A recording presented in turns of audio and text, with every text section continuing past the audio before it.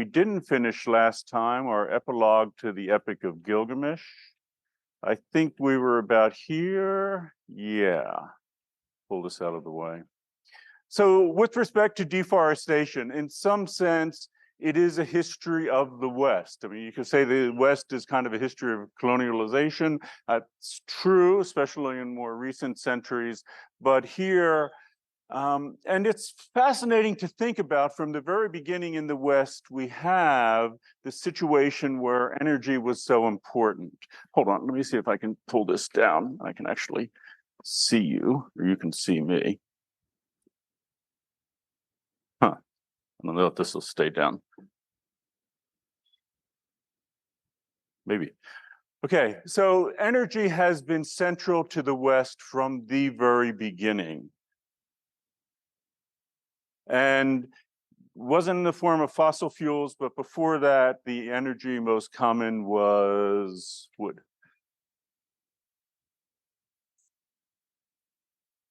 Yeah, I'm gonna have to ask you about that. Okay, people are saying it would be better if this were up higher.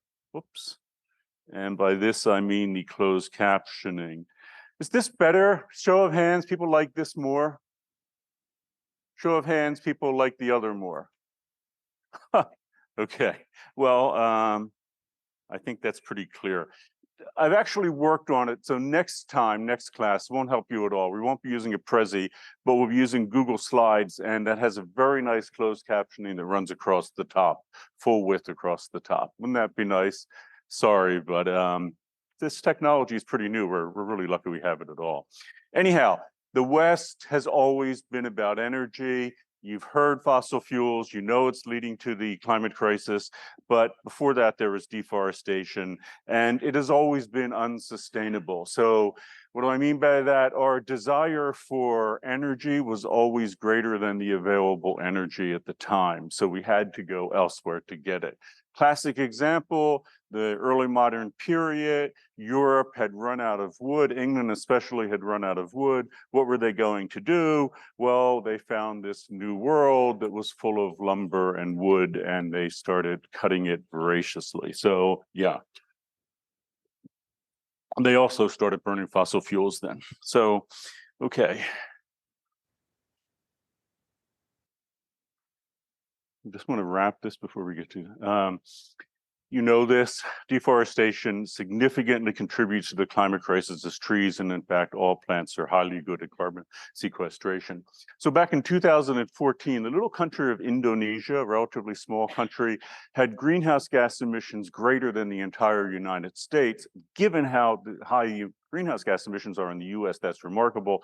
Why? Because Indonesia is cutting down its rainforest. They had sequestered all those trees, tons, I mean, literally millions of tons of carbon, and then they were all released into the atmosphere. It's a huge problem, and a big problem because they're no longer there to do that service for the ecosystem of sequestering carbon.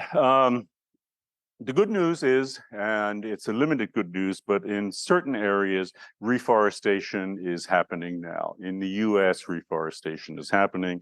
I mentioned New England here, for example. There are more forests now than there were 100 years ago. So this really began in the Renaissance in France in the 17th century, where they got the idea that if you cut down trees, you should plant more trees, you should have forests that continue. Even by the time we're going to read Henry David Thoreau's Walden, which is published in 1854. Even at that time, the forest that he's living in at Walden Pond was actually reforested. So that's somewhat good news. The problem is other areas like in the Amazonian basin, I mentioned Indonesia, deforestation is still rampant. And globally, we're not in a period of overall reforestation. We're losing an area about half the size of California every year to deforestation. So let me see if I can pull this down to get to this. So we're gonna jump right into the next one. And this is, well, this is in some ways the most difficult lecture that we have. And why is it difficult? You see right here, we're talking about Christianity in the Bible, eco-theology. Why is that a problem? Well, you know, we just got done talking about Shamash, Gilgamesh's god, and the god, Ishtar. No one ever gets upset if I say things that aren't nice about Shamash or Ishtar. But now we're going to be talking about the Judeo-Christian God. And I'm not going to say not nice things about him, but we are going to see that there are issues with this text that we're reading, which is Genesis, and people will get upset by that. I don't think, and why is that? Yeah, not a lot of people still worship Ishtar, as far as I know. I've never met anyone who did, maybe. I'm sure if you go online, you'll find that there's probably a whole group of active Ishtar worshipers. But this text, Genesis, is the founding text for over half of the people on the planet. I'll mention exactly, but it's like 4.4 billion people. How is that? Well, this text, Genesis, becomes the Hebrew Torah, which is the central text for people of the Jewish faith. It becomes what was usually called the Old Testament or Hebrew Testament for Christians, and it becomes the first text of the Quran, which is the principal text of Islam.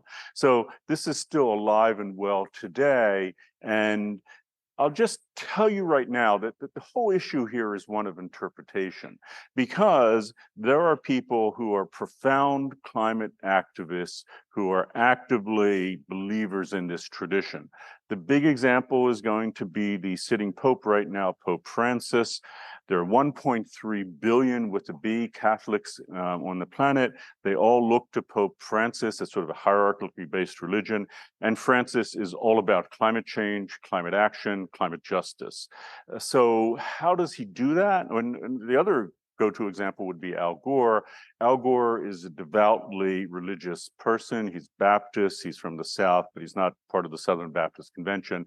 But Al Gore won shared a Nobel Peace Prize for his work on climate change. How do they do that? Well, we're going to see today it's all a question of interpretation. If you interpret this text a certain way, you will be absolutely fine with the climate crisis. If not, it presents a problem. So let me give you the other go-to example you may have heard of, I'm sure you have, evolution and creationism. Well, creationism comes out of the very text that we're reading today, the very beginning of Genesis. And there are many people for whom, if you ask them, and you're going to be surprised, I'll show you the number in the lecture, do you believe that the universe was created under 10,000 years ago, the way it's described in the Bible? Many people do. Pope Francis doesn't. Al Gore doesn't. Why? Because they have an interpretive strategy that they can read that text and they don't read it literally. And there are points, and I'll even show you a couple of them today, where they say, this doesn't mean quite what it says. God said for the earth to bring forth all life. That's probably a reference to evolution. Not everyone buys that. So again, it depends on how you read this text. And especially if you're of the opinion, something like Christianity, God is very benevolent and kind and wants us to take care of the planet, that's great if that's how you interpret the text. But I should tell you that historically it wasn't interpreted that way for thousands of years. It's really only about 400 years ago, and we're going to see the exact text where it happens, where the Christian stewardship model comes along, where the notion is that God wants us to take care of the planet. But anyhow, let me just jump in and then you'll see what we're talking about here. So the founding text for 4.4 billion people. Not that many. It's interesting because it originally began as a Jewish text. That was the original people who wrote this. There are only about 16 million Jewish people on the planet right now, dwarfed by the number of Christians at 2.6 billion and 1.8 billion Muslims. If you add them up, since we have 8 billion people on the planet, it's more than half of the planet right now. So very influential text. It's alive and well today. They do polls on this every now and again, and they're rather extraordinary. Somewhere between 40 and 50%, nearly half of Americans, people living in the US, believe that the account of Eden in the Hebrew Bible is historically accurate. So Pew is one of the poll people, and Pew asked, do you believe that God created human beings in their present form 10,000 years ago?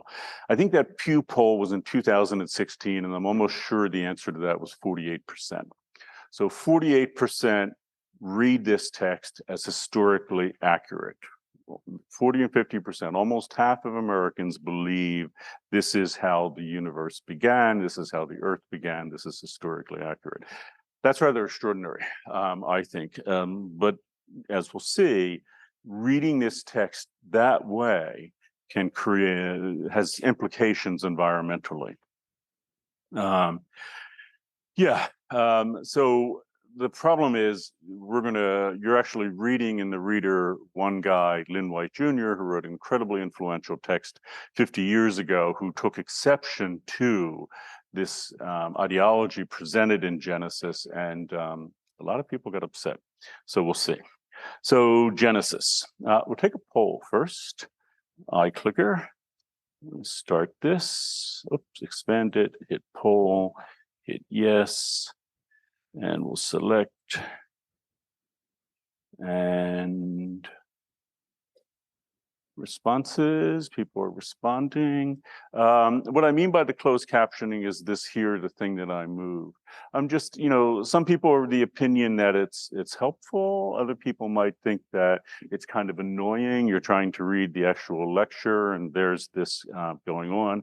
I'm just kind of curious. And in fact, the next poll will give you something to think about. I'm going to ask you not if just this is necessary, but if having me up on screen is necessary. The advantage of this, if you haven't looked, by the way, while this is filling out, if you go to the course website for last week, you will see that those old lectures are down and that the new lectures are in place right now.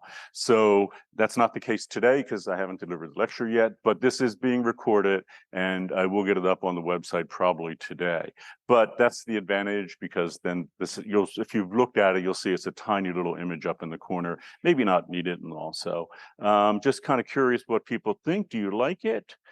I think that's pretty overwhelming. The people who don't like it are definitely a minority, and the people who don't really care, still quite a minority. So there you go. We'll keep that in place. I think the people have spoken. Okay, Genesis. These opening chapters are perhaps the most influential 2 pages ever written. They provide both the founding myth for these 3 main religions, 2 of the largest religions on the planet, the 2 largest.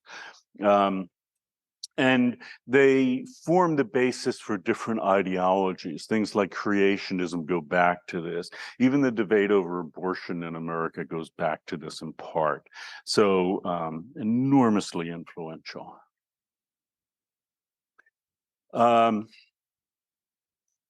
This text itself, if it were just this text, if this was all that was ever written about these issues, that would be one thing. But as the Christian culture begins to build in Europe in the medieval period, so many texts get written. So one we're going to read from is Paradise Lost, arguably the best long poem in the English language, which is a retelling of the story. So poets, authors of all sorts, artists will, be using this again and again. The story pops up again and again. You may have never read Genesis, but if you've read any, literature in the West, you've read the story many times.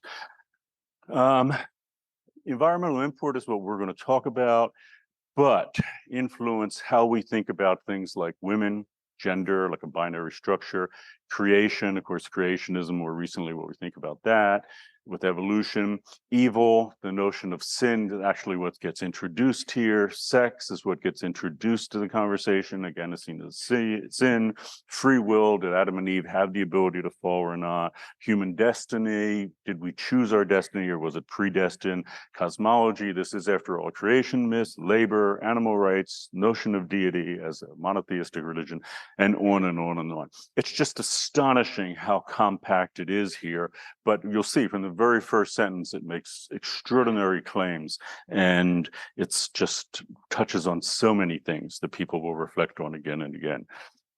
The thing about that is you don't have to subscribe to one of those 3 religions. You don't have to be one of those 4.4 billion people, because it was so influential.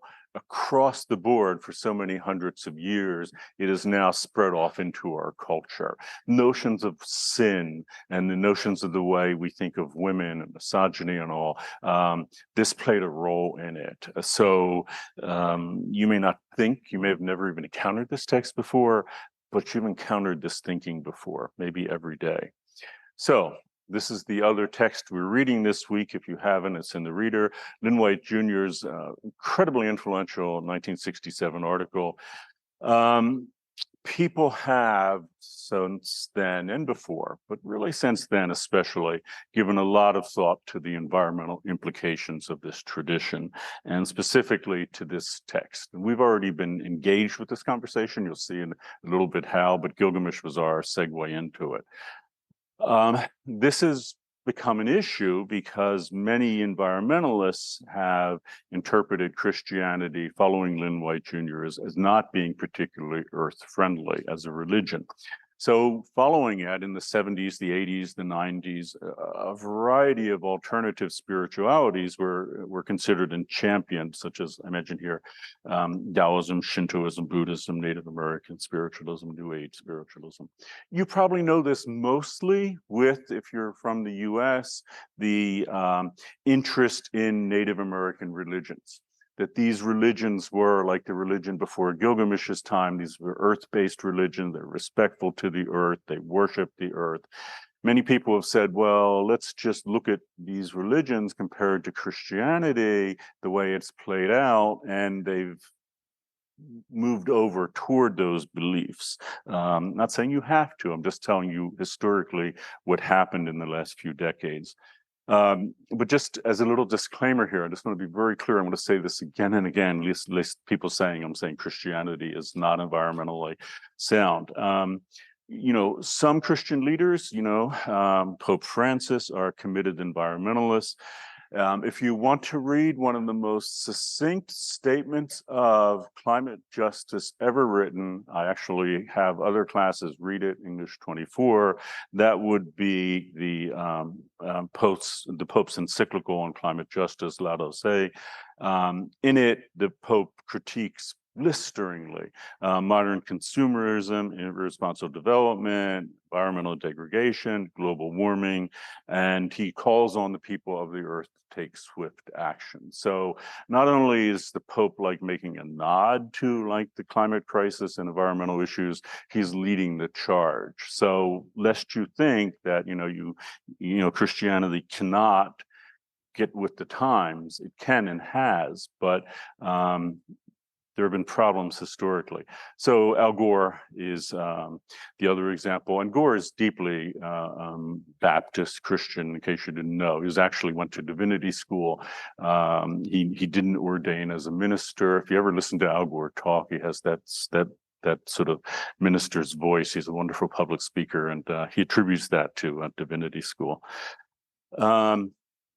This is, in the end of the day, I would argue, yes, it is a religious issue, but it is a hermeneutic issue. Remember that from the first lecture, an issue of interpretation. So how you interpret this text, how you interpret the whole, Judeo-Christian Bible, the Hebrew Testament and the Christian Testament, that's at issue here. You can interpret it in a way that, is totally fine with evolution. You can interpret it as that's fine with people of alternate sexualities. You can interpret it as fine with the climate crisis or not. It's a question of interpretation, and that's the challenge. And I can tell you that the biggest difficulty here is if you take an incredibly literal stance, and religiously we call that basically fundamentalism. So if you're a Christian fundamentalist, that means you're going to read this text totally literally, and you're not going to be able to get around creationism. It's just going to be something you have to believe in, it most likely. And if you take a fundamentalist approach to this from an environmental point of view, it could also prove problematic. So the text, here it is. In the beginning, God created the heavens and the earth was without form and void, and darkness was upon the face of the deep, and the Spirit of God moved upon the face of the waters, and God said, "Let there be light," and there was light. This is the opening of the Quran. This is the opening of the Torah. This is the opening of the Old Testament, and very famous lines. So we're going to go through these one by one and look at, starting with the very first line, in the beginning God created the heaven and the earth, and look at it environmentally. So first, Genesis chapter 1, line 1. In the beginning God created the heaven and the earth. That's verse 1, chapter 1. So from that line, the Bible postulates a metaphysical God, one who's apart from and superior to and creator of the whole of creation. He's in some sense similar to Gilgamesh's god Shamash. What he is not is an earth deity. He is not someone that lives in a mountain or a forest like Humbaba, or is seen as residing on the planet.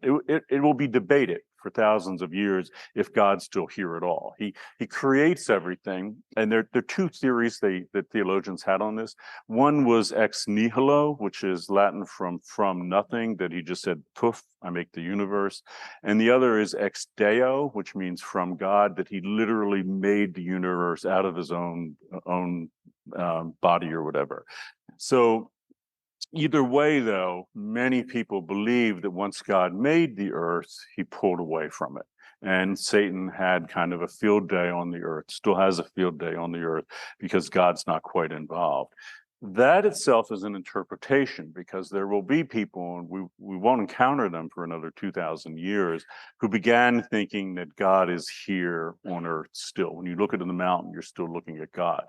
I don't know which tradition you're in, but you might think that. If you're in a Judeo-Christian tradition, you might think that God is here. That's fine. But historically, that was not the case for a long time. And I say more than fine. That's terrific, because that's we'll see, maybe a more earth-friendly way of approaching this. So he's radically different from earth deities like Humbaba, because Humbaba is connected to, he's part of the earth. He's like a tree. He gets cut down like a tree. Judeo-Christian God is not part of the earth, but rather stands apart from us and is postulated as superior to the earth and all of creation. He creates it. He's not part of this ecosystem. He creates the whole system. Yep. So you have here something that we didn't have in the beginning of the Epic of Gilgamesh, which is a rift between the physical and the metaphysical. And this will be in various ways, in different types of interpretations. It will go through Judaism, Christianity, and Islamic thought. And we're going to see it with Plato as well. But the notion here is that there is a metaphysical realm that is above and beyond everything else. So we already had this, I talked about it. So what is it in Christianity? Well, it's heaven, right? The earth is one realm. This is an inferior realm, a sin-filled realm, a realm of change, and then there's heaven, and heaven is a metaphysical realm. And for a long time, people were speculating where it was. People used to think if you dug down deep enough in the earth, you'd hit hell, and if you went up high enough, you'd hit heaven. But with Galileo and the early modern period and all, they started wondering if it's actually out there and not just like another realm here with us now. It's kind of like the multiverse. So one of the multiverses would be heaven, but it's not this realm. It's an entirely different realm. Not everyone will believe that. We'll see people like Milton challenging it, but for thousands of years, that is central to this system. So Genesis and the environment. So here is Lynn White Jr., such a powerful statement. In antiquity, this is like before Christianity, other places, every tree, every spring, every stream, every hill had its own genus Loki, its own guardian spirit. These spirits were accessible to men, but were unlike men. Centaurs, fauns, mermaids show their ambivalence. So we sold this already, one of the reasons I gave you Gilgamesh, before one cut down a tree, this is what Gilgamesh should have done, or mined a mountain or dammed a brook. It was important to placate the spirit in charge of that particular situation and to keep it placated. By destroying pagan animism, Christianity made it possible to exploit nature in a mode of indifference to the feelings of natural objects. So what Lynn White Jr. is saying here is Christianity did to the planet what Gilgamesh did to the cedar forest. What was that? They came in, and this is part of the colonial project. They went all over the planet. They encountered these religions that said, well, you can't cut down this forest. There's a spirit there. Christianity said, we have a stronger God. Our God trumps any little local deity you have here. We can do what we want. We can cut down forests. We can do anything because, and we'll talk about that sort of licensing that it's believed the Christians have. I'm not saying that this is true. I'm saying this is Lynn White Jr.'s thesis statement, and here it is, and it's an incredibly powerful one, that this is what Christianity did to the earth-based religions, and from an environmental point of view, this is disastrous, according to White, because all over the planet, people were protecting hills and protecting forests and protecting streams as part of their religion. But when those religions got challenged and overturned, there were no protections. And the West came through, swept through, and did whatever it wanted because it didn't see those as religious sites. Incredibly powerful statement. Yeah. So here it is.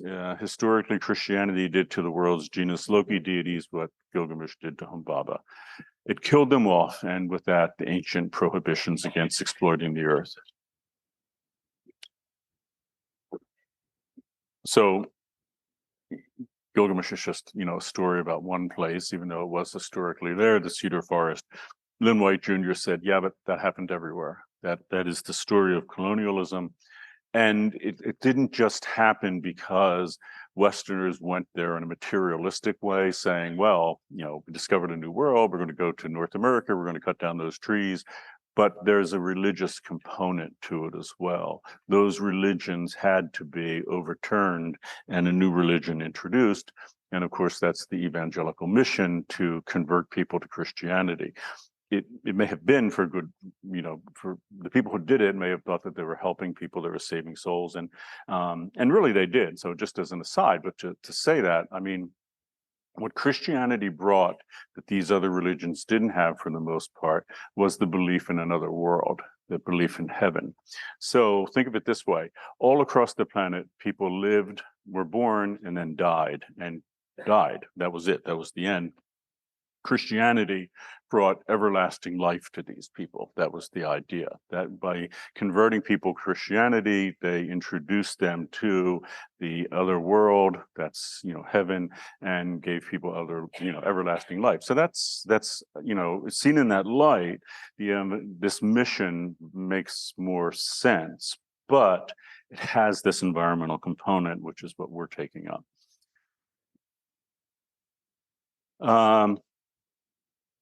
This was enormously influential. Students always ask me sometimes for like my smaller classes where I have like an 8-page paper, and they say, well, can I really get much, make much of an argument in 8 pages? It's not really a lot of space and all. Lynn White Jr.'s article here, The Historic Roots of an Ecological Crisis, is 8 pages long. This guy changed the world in 8 pages. So think of that the next time you're sitting down to write a paper. I mean, you could do something big.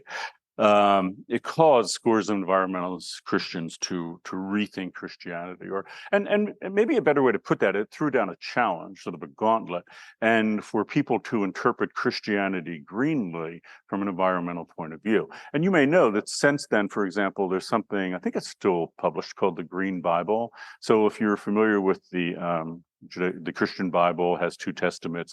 Some of them have the writing of Jesus in the Gospels in red, so you can see everything that Jesus said.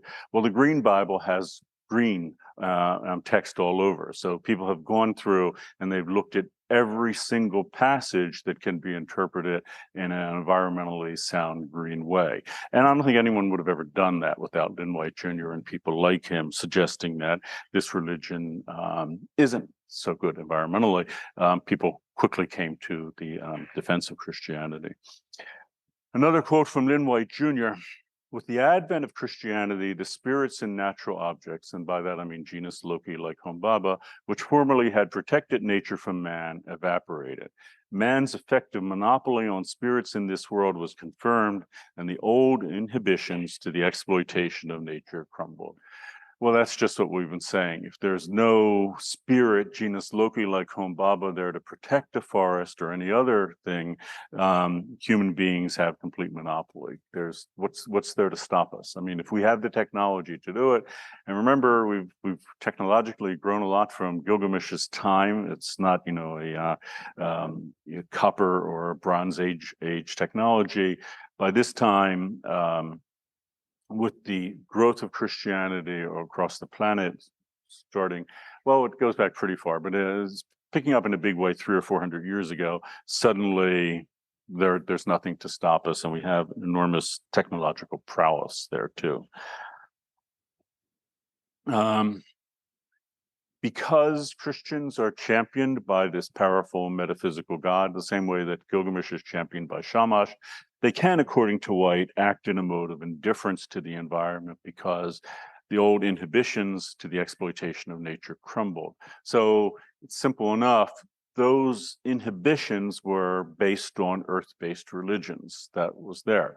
Christianity, when it got to an area, let's say there was something like the cedar forest, and the people living there said, you can't touch that cedar forest because it's protected by a powerful spirit, Humbaba.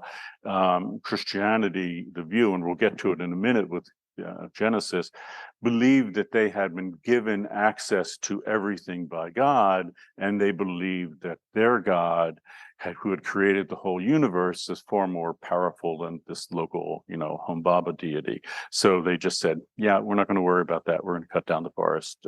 That's not our religion. We have a stronger God. And they pretty much said it in those terms. And that's what happened next.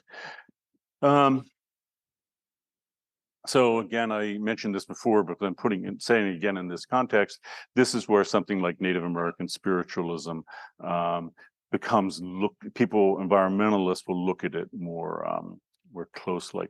In fact, this starts literally in like the same year as Lynn White Jr. We don't read it, but the Secretary of the Interior under was Kennedy, and then Nixon is up into Nixon, which is Stuart Udall, wrote a 1967 article called First Americans, First Ecologists. And he argued that, you know, where did environmentalism start in the West, in North America? Yeah, it didn't start with Westerners and colonizers. It started with the indigenous people here. He didn't draw attention much to the religious beliefs. That would be Lynn White Jr.'s kind of thing. But yeah, that huge interest in that. Here, another Lynn White Jr. statement.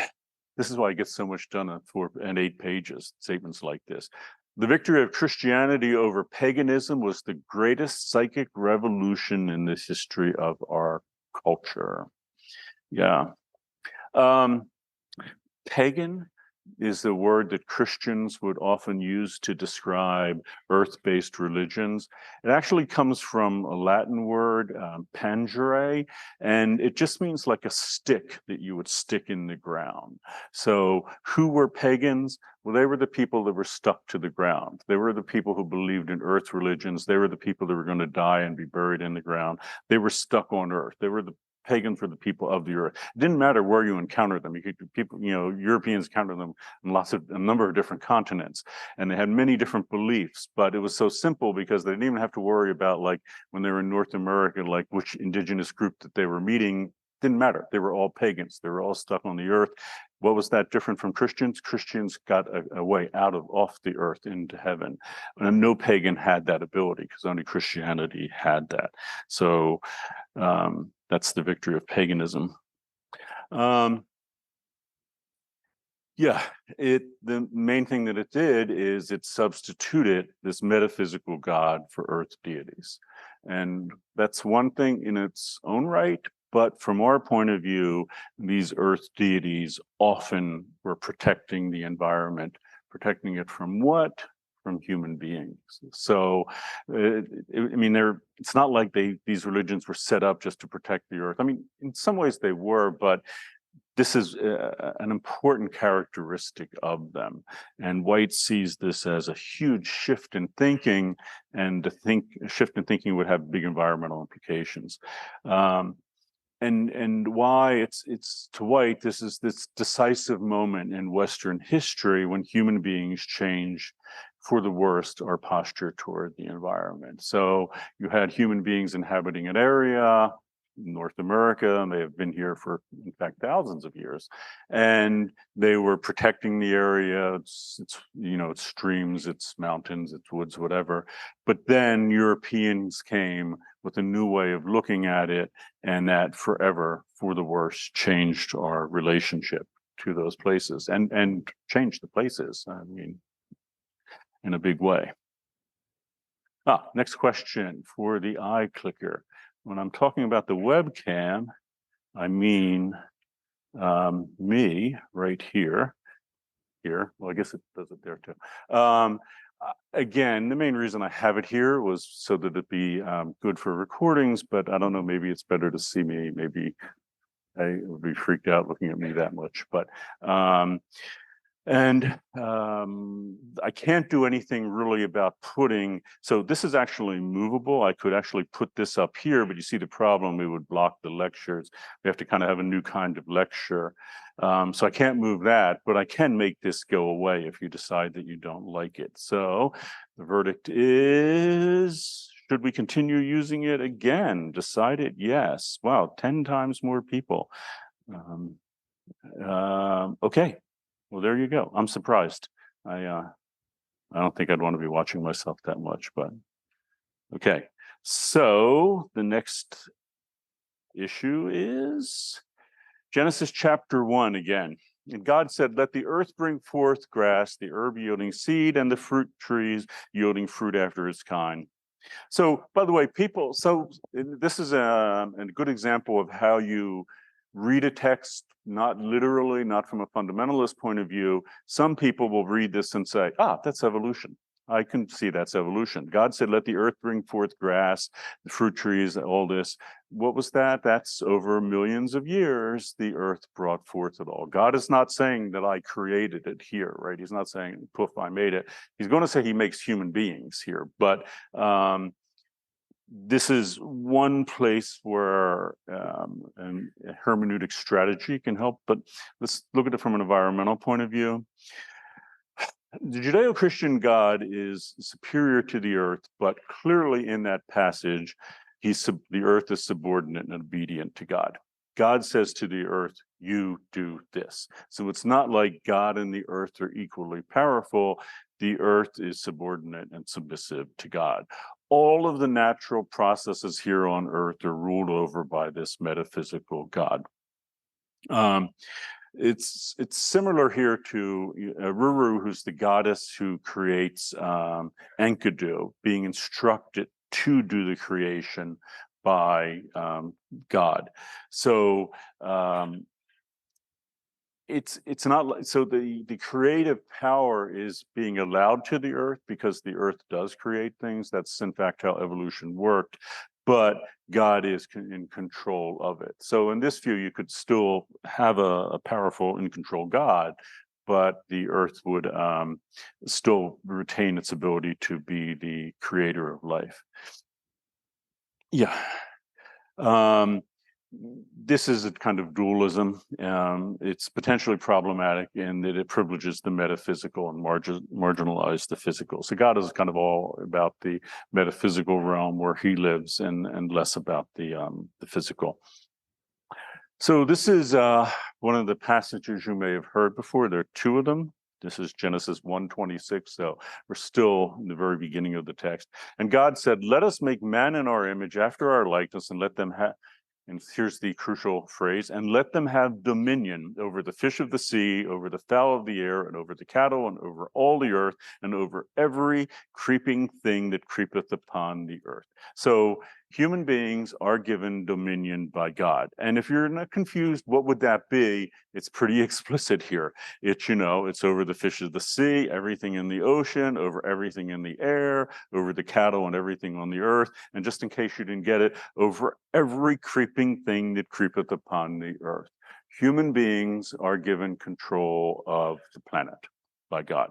And just in case you missed it in Genesis 1:26, in 1:28, repeats again. And God blessed them, and God said unto them, be fruitful and multiply and replenish the earth and subdue it, and have dominion over the fish of the sea and over the fowl of the air and over every living thing that moveth upon the earth.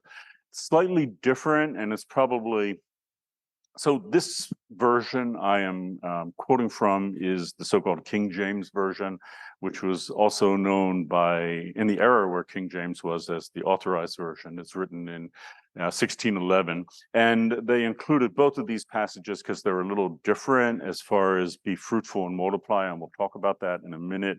But the notion here is dominion is repeated twice. Human beings have dominion. So we'll talk about what all these words mean by looking at the Hebrew too.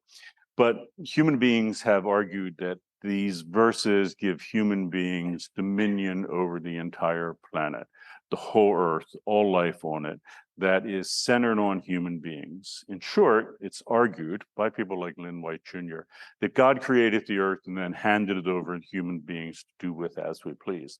God created it, and it's sort of like saying, okay, here are the keys, it's yours, I'm giving you full dominion over it. And yeah, that's the issue. We'll talk about it in more detail here. This is why Lynn White Jr., and yet another one of his terse little maxims, in some way maybe his most famous, Christianity is the most anthropocentric religion the world has seen.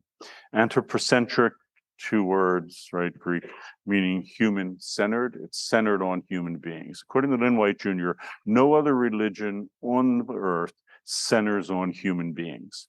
Let me talk a little bit about that with biocentrism here too. It's a key concept for environmentalists. It suggests that everything on Earth, and we just saw that in Genesis 1:26 and 1:28, are centered on human beings. It's here for our use. To White, no other religion comes anywhere near being this anthropocentric in the sense that the Earth centers on human beings. It's here for human beings. It's pretty explicit here. God created it and gave us dominion over it. By comparison, we'll look at the opposite in some ways of anthropocentrism is biocentrism. And this is the belief that no form of life, such as human beings, is superior to any other form. Certain earth-based religions are almost by definition biocentric. So many environmentalists have looked at them and said, well, wow, isn't this a major difference from a belief system? One belief system says human beings are superior and in control of everything, and other belief systems say, well, yeah, we're just one form of life. And buffalo, American bison, well, they're our relatives. Wolves are our relatives. We're no better than they are. We don't have any, special dominion over this. We're all related. We're like a big family. You could see how that is very much sort of biocentric because it doesn't focus on any one type of life. This belief system, as Lynn White Jr. argues, focuses on one kind of life on this planet, and that's human beings, as being not just superior, but different and in control. So more Genesis chapter 1. This is why I said it's so like we're just a few lines into this text and it's just so much here. So this is what we looked at where God says, be fruitful and multiply, replenish the earth. So people have looked at this as well. Oh, in Hebrew, replenish is male. And that means to make full or abundant or to fill something. So when God says, be fruitful, he means have lots of kids and fill the earth, make it abundant, make it full. By the way, this, arguably, if you put this in a historical context, you're looking at a relatively small tribe of individuals 3,000 years ago in the Middle Eastern part of the world. The notion that they would increase their size makes sense. You'd think this would be a good idea. But remember, that's not the case anymore, that this has become the way 4 billion people, well, 4 billion people are reading as part of their founding text. And then here's the problem. More words here. Subdue the earth. That word is kabosh, which means to subdue, to force, to tramp down. So this is one of the problems you have if you read this in Hebrew, the original language, and the Bible was going to be written in New Testament Greek. It's going to be written in Latin with the Vulgate and all the different languages here. But this is the language, is Hebrew, and subdue. It's hard to come up with a nice way of translating that. It means to force something, to subdue it, to dominate it. That's what God says that human beings should do to the earth. Dominion is the big word there you may have heard. Dominion is rada, which means to rule over, to dominate, to tread down. And in the Vulgate Bible, the Latin Bible, which was the primary way that this text was read for many hundreds of years, dominion is dominus, which means to be lord or master. But you see the problem here. God says you have dominion. You are to rule over, to dominate, to tread down the earth. It becomes a challenge to interpret that. And you can see why people reading it literally for many hundreds of years, including today, will read it in that spirit, and that, according to Lynn White Jr. and others, presents a challenge. These words all suggest, according to environmentalists, a disturbing posture toward the earth. Malai, which is that one to fill and be fertile and all, has been interpreted as worrisome because it encourages human beings to overpopulate the planet, which has negative environmental consequences. And of course, we see that today. I mean, we're at global population is increasing so fast, it's almost impossible to imagine. So when I was born 63 years ago, there were 3 billion people on the planet. And in my lifetime, that's gone from 3 billion to 8 billion. And that's a huge part of the problem that we're having now. We're consuming resources far too quickly, and we have commensurate emissions far too great, but population has been growing. But as you may know, with something like Catholicism, which does actually take these passages very seriously, birth control is most forms of birth control, arguably all forms of effective birth control, are not allowed, and abortion is not allowed. And in part, why that stance is held is they go back to this text and other sections of the Bible. And if you wonder why, like, abortion is an issue and all, well, if you're supposed to go forth and fill the earth, you shouldn't be doing things like that. You should be having lots and lots of children. And from an environmental point of view, lots and lots of children are not what we need right now on this planet. This is Genesis 28 again. Be fruitful, multiply, have dominion. So let's break that down a little further.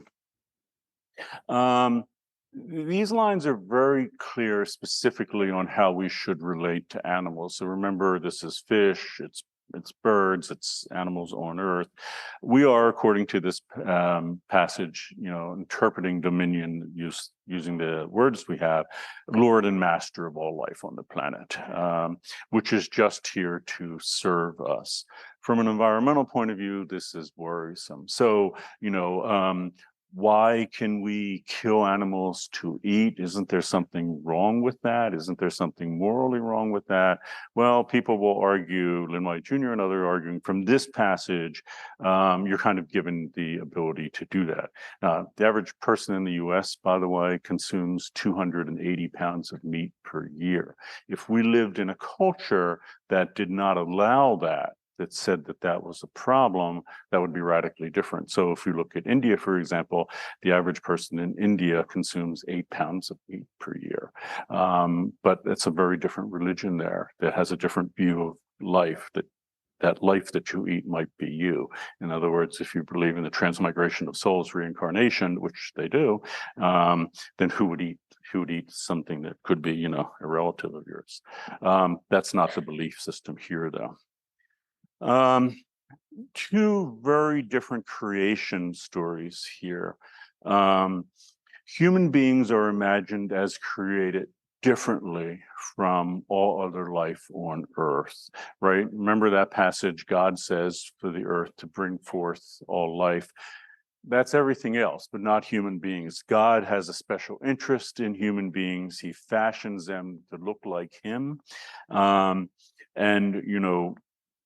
it's a different creation story altogether. We are fundamentally different. We're not the same stuff as everything else on the planet. But many, traditional indigenous cultures in the U.S. even held that all life is related, right? That you're related to the wolf, that you're related to other animals. And by the way, that view, if you believe in modern science, has actually been correct. So in other words, the indigenous belief that all other animals are our relatives is correct, which is telling an honors section. If you say great, great, great, great, great, and grandmother, if everyone in this room says it, if everyone on the planet said it, depending on how many times you say great, you'd be talking about the same individual. All human beings come from one individual. If you keep saying it more, assuming that dogs and cats and other mammals could say it, we'd be talking about the same creature that gave birth to what became all dogs, all cats, all cows, all human beings. That's, we know, our DNA is that similar to really everything on the planet. So this creation story doesn't jive with modern science. And again, people will have problems with it. So you may know Scopes monkey trial 100 years ago, that was fought out in the U.S. courts regarding that because people did not want evolution to be taught in school. Why? Because it doesn't fit with this account. Be fruitful and multiply, replenish the earth, everything moving upon the earth. It encourages, overpopulation of the planet. And it has been used in arguments against birth control, more generally, and abortion. So aside from the human rights issue for people with a uterus, it's also environmentally drawn attention to as a concern. Yeah, so many environmentalists say, and by the way, just to be clear on this argument, that's something of an aside, you may have heard that the whole problem with the planet is population. We wouldn't have the climate crisis with the population that we do now and all. That's not the central issue, because it depends on how much you are consuming and how much you are emitting. So if you look at the top 10% of Americans, we are literally emitting between 100 and 200 times more greenhouse gases than the poorest 3 billion people on the planet. So that number, those poorest 3 billion people, could double, triple, quadruple, and it wouldn't come anywhere near the emissions we have. So it's population is important. We absolutely need to reduce the global population of human beings, but really the number one job, which we don't like to think about in the developed wealthy countries, is that we are just consuming and emitting much too much. And we'll address people who, as the course goes on, who draw attention to this fact. So let's jump finally to Genesis chapter 2. And God formed man of the dust of the ground and breathed into his nostrils the breath of life, and man became a living soul. That's Genesis 2:7. Adam is literally made out of the earth. In fact, Hebrew, so that's our Adam, but that little mark before it's a breathing mark, it's Hadam. Hadam means made of clay. So what are human beings? We're the beings made of clay. And Hadama is actually the word for the earth, in the same way that we would say, like, the earth, the ground that we hold in our hands is the earth, and the planet is the earth. But human beings, so in a way, if you just knew that much, you would say, well, this might be kind of an earth-friendly religion. I mean, human beings are literally made out of the earth. We're kind of like clay walking around. But Christian theologians in particular, rather than Jewish theologians, have argued that human beings have a dual nature, that they're half body and half soul, and the later soul being better. So, there's the body that we're in, which is often seen as like a vessel, kind of like a jar or something that holds the soul. That's not the true human being. The true human being is, when you die, what pops out of the body is the soul. And depending if you've lived a good life, you get to go to heaven, and if you accepted Jesus, and if not, you go to hell. but the body is different, and we are different. We are unlike any other creature because, by the way, in traditional Christian and all thinking of this sort, human beings are the only beings that have a soul. We are the only things that have this true nature. We are physical and metaphysical in one, and the metaphysical is the better, but nothing else does. So if you're you can believe what you want, but many Christian theologians, for example, would have said, well, don't plan on seeing your dog in heaven because dogs don't have souls. They're not going to go to heaven. Sorry about that for people who care about their dogs. I'm not, by the way, I'm not saying that's true. I mean, and there's that, you may know the Zen koan, does a dog have the Buddha nature? That's the question. And people have answered that, like probably the leading Zen thinker who recently passed away, Thich Nhat Hanh, says, yes, absolutely. Buddhism, your dog has a soul. Anyhow. But this is a form of metaphysical dualism. We saw that way back. We've seen it already, like with Gilgamesh and all. Seeing the body and everything on earth as potentially illusory, inferior, or even evil. What I mean by that, in this view, so human beings are two things, right? They're body and soul. The body is most of the problem, though. What do I mean by that? Well, all the temptations that you have that are problematic, whether it's like, eating too much food or sex and all these things are bodily related. It's not regarding what something intellectually you do. And sin is often related to the body. So that's why, it's one thing to say that you have these two aspects, but in this view, it's often the case that the physical, earthy aspect is the problem. And if you disassociate human beings from our physical earthy nature, which is seen as potentially evil, that's potentially problematic, right? So if everything physical about us that we do and everything in the physical world, if this isn't really part of, the better metaphysical world, it's problematic and worrisome. And to see this realm where we walk around in bodies the way it often was, as a realm where sin is, right? Satan is here. He's tempting you. This is all a big test. You're here on earth. Depending on how you pass the test, we'll get to see if you get to go to heaven. Again, there are different ways of looking at this, and certainly it's changed a lot in the last few hundred years, but traditionally this is the view. The implications of metaphysical dualism, just to flesh those out, no pun intended, a little more. If human beings are merely visitors here on earth, spirits suffering bondage in physical bodies on a physical planet while making their way back home to be with their God in a distinctly unphysical, unearthly realm, then how much does the earth really matter? So think about it, human beings in this view, if you go to heaven, you will have eternal life. That's the appeal. It's eternal life. It'll go on forever. And in terms of eternity, this is just this little blip, this little moment where we're here on earth and we're sort of suffering bondage in this body until we can go back and be at home with God. So it does matter, raise a question, how much does it matter? We're just looking at the Hebrew Testament here, but I can tell you that the Christian Testament, the so-called New Testament, so this is the first book of the Christian Bible, right? This first book of the Old Testament is Genesis. Last book of the New Testament is John's Revelation. And on John's Revelation, he explains what happens at the end. Christ comes back and the earth gets burned and destroyed. The whole planet gets destroyed. When Christ comes back, all the faithful people on earth will disappear. And what will be left will be all animals and all, evil people, and they will all die as the planet burns. So in that view, how much does the earth really matter?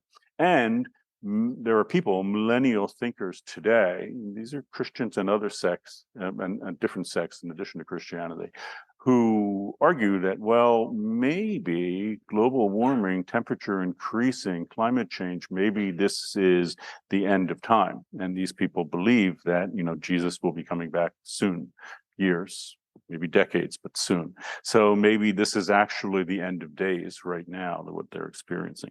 Anyhow, You can see the issue though if we're not really at home on this particular planet. Yeah, kind of acting like bad hotel guests, I suggest here, who, feel free to trash the room because that's not their home. It's just someplace you're visiting. Let me be clear.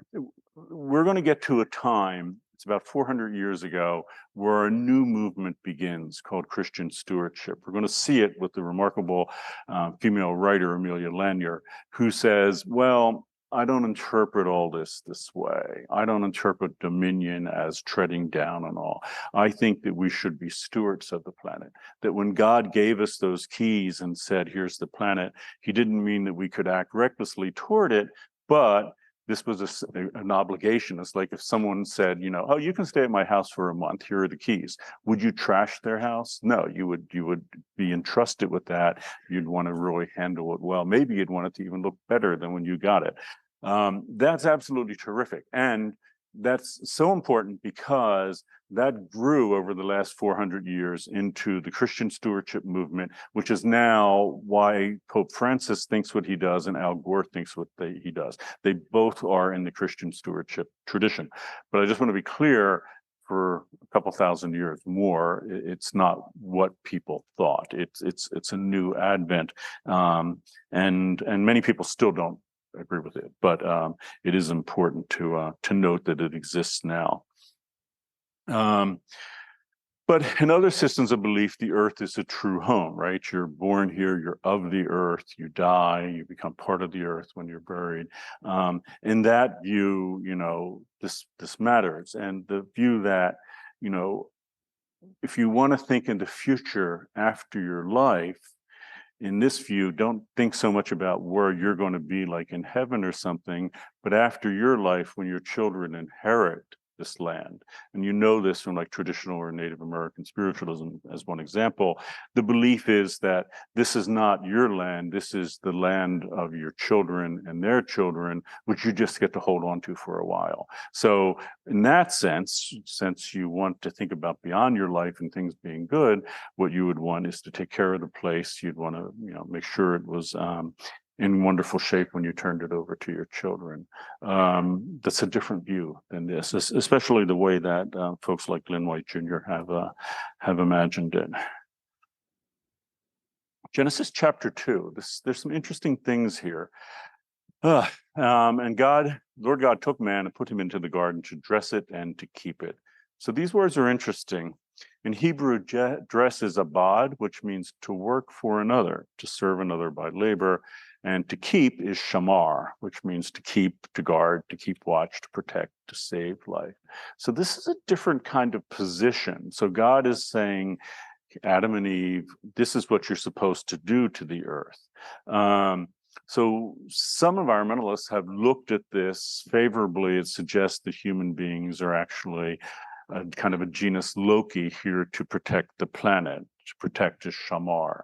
We're going to see this with Milton's Paradise Lost, which is a 17th century reinterpretation of Genesis, and he believes just that. It is a little difficult here because this is what God wanted people to do before the fall. After the fall, we're going to talk about that. And by fall, I mean the introduction of original sin. God has a different injunction to Adam and Eve. But again, it's a question of interpretation. I just want to underscore that. If you want to focus on something like, 126, 128, fine. But if you want to look at other passages, and I would say that outside of Genesis even, so the Green Bible will draw attention, I would imagine, to something like the Song of Solomon, which would be a text that you could interpret from a more environmental perspective. So chapter 3. And unto Adam he said, because thou hast hearkened unto the voice of thy wife. So by the way, if you didn't follow the story, God says, don't eat of this one tree, don't eat the forbidden fruit. Adam eats it because Eve eats it and says it's good, and why don't you try it, Adam? And then he eats it. And God doesn't like that Adam has listened to his wife rather than to God. Because thou hast hearkened unto thy wife, and not me, and hast eaten of the tree, in which I commanded thee, saying, thou shalt not eat of it. Cursed is the ground for thy sake, in sorrow shalt thou eat of it for all the days of thy life. So let's talk about that. He also says that after this, that the ground is now cursed because of what Adam and Eve did. So it's not only that they screwed everything up for themselves, which they did, but they screwed up the planet too.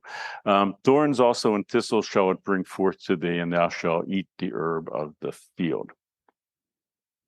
And 19, in the sweat of thy face thou shalt eat bread till thou return unto the ground for whence it was taken, for dust thou art. And this is a reference to being Hadam, for clay, dust thou art, and unto dust thou shalt return.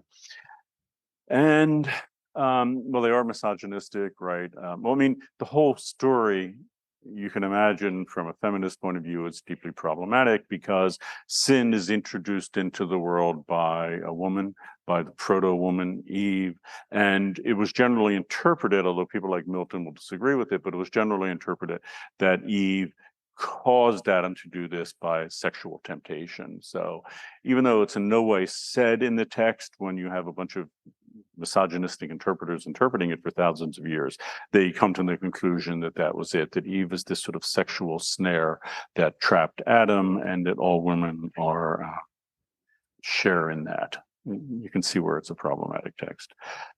Cursed is the ground for thy sake, and in the sweat of thy face thou shalt eat bread until. So we just had that from 17 to 19. This is the punishment that Adam gets. So Adam had the forbidden fruit, original sin took place, and with it, all of humanity gets this. So everyone inherits this sin. After the fall, human beings have a new relationship to the earth, one that is essentially adversarial, and environmentalists have found this disturbing. So what do I mean by that? Before the fall, before Adam and Eve did anything wrong, the garden was wonderful. It was a garden. Adam and Eve didn't have to work, most theologians thought.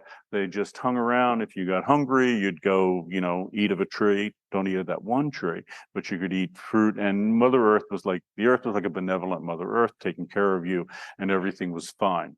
That's very similar, we're going to see, to the Golden Age in Greek thinking, and the notion of pastoral, a wonderful place and all. But you can see after the fall, something happens. That is, the earth no longer cares for human beings. We now have to take forcibly, if necessary, everything that we need to survive. Environmentalists have said this is worrisome. Why? Well, before, and many groups, across the planet believe this, the earth would provide everything for you. You would be taken care of by the earth. Maybe if you did something wrong, you didn't treat genus Loki respectfully or something, you might have a problem. But that was the notion, that the earth was this benevolent place.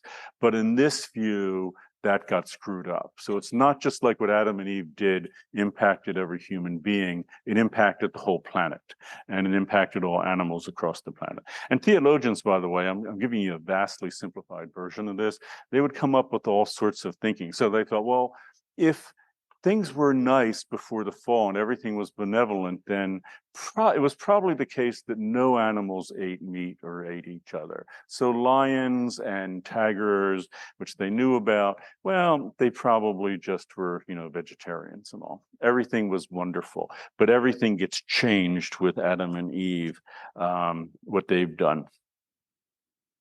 We'll see this with Hesiod, which you're going to be reading very soon, the idea of an Iron Age, Virgil's shift to pastoral.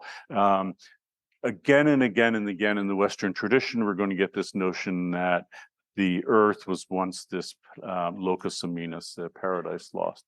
So just let me finish out this section and then we can go. So just be a couple minutes. So again, Genesis 3, 17, 19, that, this is the problem with the earth.